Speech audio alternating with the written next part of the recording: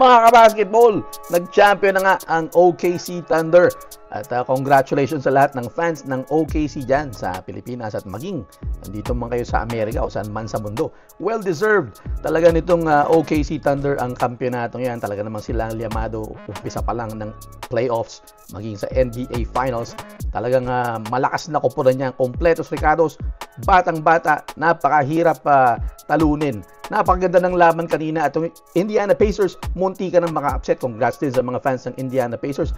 Muntik na silang maka-big time upset.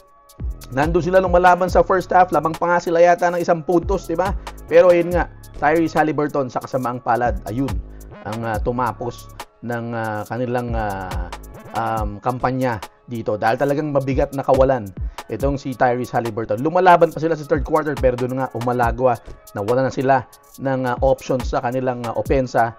Pero deserved na talagang runner-up itong Indiana Pacers. SGA, Grand Slam mga kabasketball, scoring title, regular season MVP, Western Conference MVP at NBA Finals MVP. Well-deserved yan para dito kay SGA. Alex Caruso, two-time NBA champion na. Sa batang karera ni Alex Caruso, nakadalawa na, sulit ang pagkaka-trade sa kanya ng OKC Thunder. Ganon din tong si Hartenstein na galing sa New York Knicks. Saktong-sakto yung pagkakadala sa kanya, champion na siya. Chet Holmgren, batang-bata pa, kampiyon na kaagad din, ano? Talagang solid itong OKC Thunder, pero malaking tanong diyan ay makaka-repeat ba sila, no? Dahil sa panahon ngayon, no, lumalakas ang lahat ng koponan, lalo na NBA draft na naman. Dallas Mavericks, inaasahang lalakas yan. Lakers, naghahanap ng sentro. At marami pang mga koponan sa Western Conference at maging sa Eastern Conference. Kevin Durant lumipat sa Houston Rockets kaninang umaga bago magsimula ang NBA Finals. So marami pang balita yan ang susunod natin tututukan. NBA draft na sa susunod na linggo. Free agency, maraming maglilipatan dyan.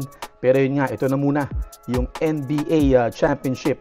First ever para dito sa OKC Thunder. Well-deserved sa mga fans ng OKC dyan. Congratulations sa inyo. Pero yun nga, pag-usapan natin matindi sa comment section.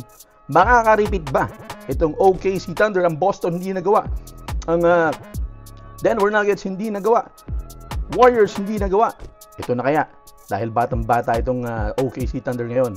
Maka-repeat kaya sila next season. Pag-usapan natin yan. Napakarami pa nga pala lang picks. Itong padating na NBA draft, lalong lalakas potentially itong OKC Thunder.